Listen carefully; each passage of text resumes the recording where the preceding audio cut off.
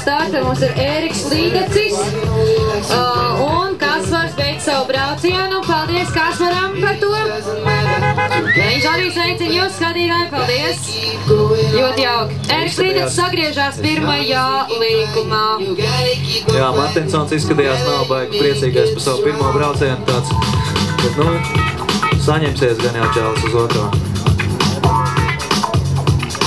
Ēriks Līdecis startē ar BMW 320. Viņām ir pilni 23 gadi. 23. Jā. Ēriks Līdecis. Jā. Tā ļoti lēnītēm prātīgi, bet tā droši vien, ka ir labākā stratēģija šobrīd. Ēriks Līdecis, viņam ļoti patīkot arī makšķerēt. Un Elks autosportā ir Edmunds Ērgus. Tas ir pagodinājums.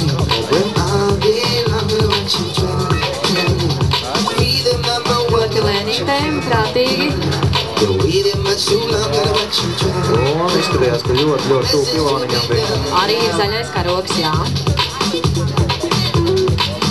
Skatīsimies, kā būs tālāk.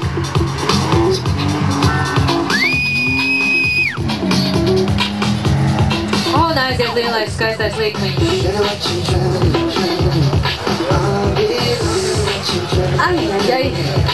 Arī tā gadās. Bet tā kā viņš jau pašā sākumā bija sagriežies, tad viņam būs visas cerības uz savu otro kvalifikācijas iebraucienu.